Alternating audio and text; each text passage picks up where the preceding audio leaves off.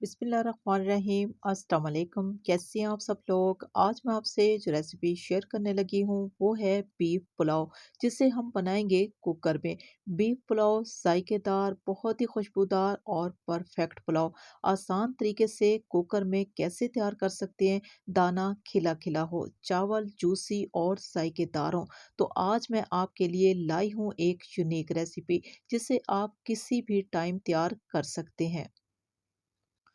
इसकी तैयारी के लिए हम कुकर का इस्तेमाल करेंगे और इसमें हम डाल देंगे 1 कप कुकिंग ऑयल। घी का इस्तेमाल भी कर सकते हैं। ऑयल में हम शामिल कर देंगे स्लाइस में कटी हुई 4 प्याज और अब हम इन प्याज़ों को फ्राई कर लेंगे। प्याज के कलर को या तो हम डार्क ब्राउन करेंगे या लाइट ब्राउन करेंगे। अगर आपको पुलाव का कलर लाइट ब्राउन कलर में चाहिए तो हमने प्याज को बस इतना ही फ्राई करना है और इस स्टेज पे हमने प्याज़ों को मज़ीद फ्राई करने से रोक देना है। अगर आपको पुलाव का कलर थोड़ा सा डार्क चाहिए तो हम थोड़ी देर के लिए प्याज़ों को और फ्राई करेंगे।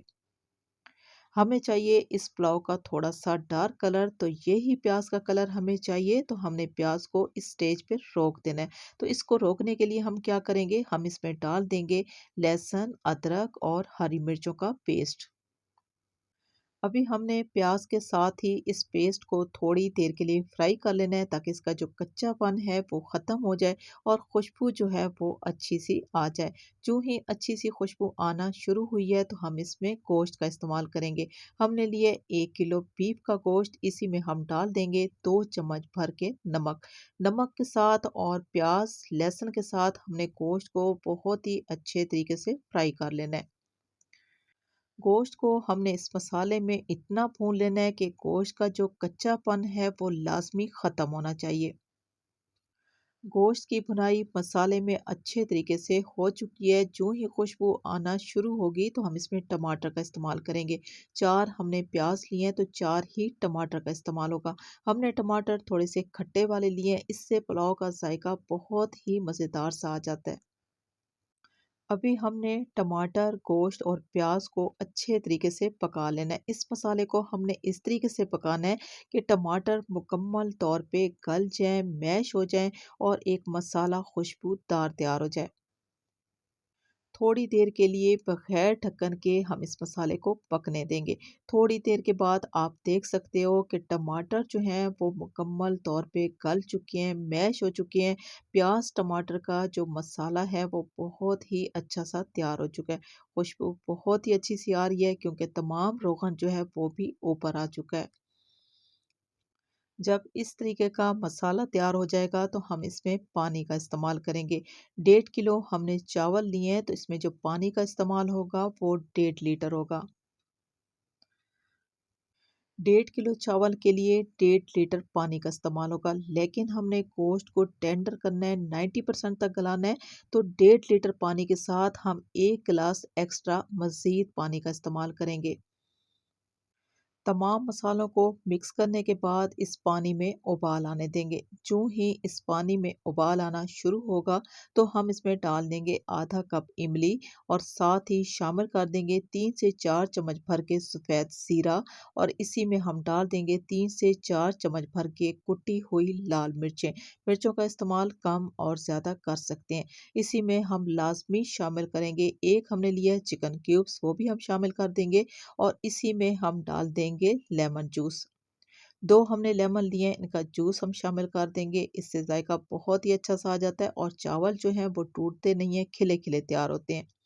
तमाम मसालों को मिक्स करने के बाद अभी हम चेक कर लेते हैं नमक।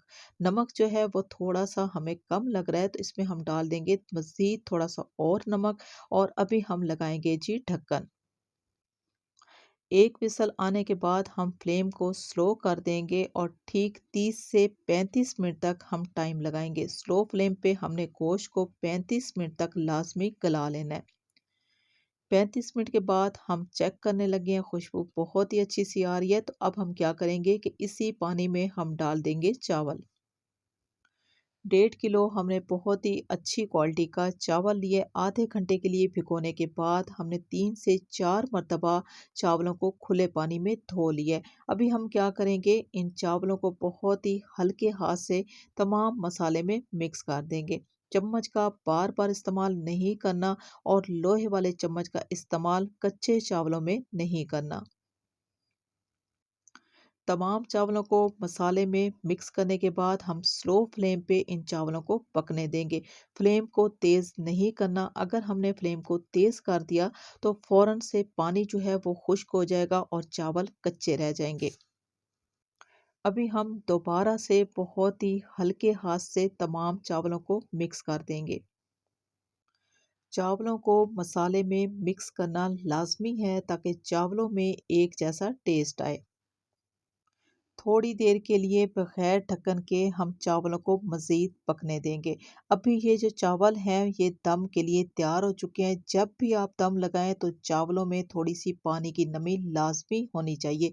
इससे क्या होगा कि चावल जो हैं वो खिले-खिले और ज़ायकेदार तैयार होंगे।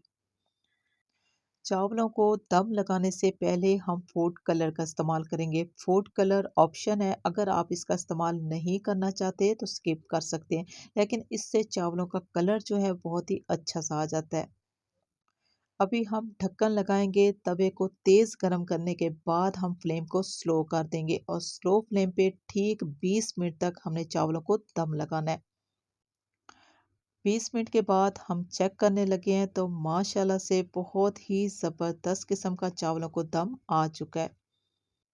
अभी आप चेक करें चावलों का दाना दाना, यकीन माने चावल माशाल्लाह से बहुत ही खिले खिले और बहुत ही जूसी तैयार हुए हैं। बहुत ही मज़ेदार और बहुत ही खुशबूदार बीफ पुलाव मुकम्मल तौर पे तैयार हो चुका है। बीफ पुलाव की इस रेसिपी को अपने ख़ास मेहमानों, त्योहार पे और अपनी प्यारी सी फैमिली के लिए एक बार ज़रूर ट्राई करें। ये पुलाव बहुत ही जल्दी तैयार होता है और वो भी मिनटों में। बीफ पुलाव बहुत ही मज़ेदार और एक अलग सी रेसिपी मैंने आपसे शेयर की है बहुत ही आसान तरीके से। आपको ये रेसिपी कैसी लगी? अच्छी लगी हो तो मेरी आपसे रिक्वेस्ट है कि मेरे चैनल को सब्सक्राइब कर लें, मेरी वीडियो को लाइक और शेयर ज़रूर कर दें। इसी के साथ ही मैं आपसे इजाज़त चाहूँगी। अल्लाह हाफ़िज़।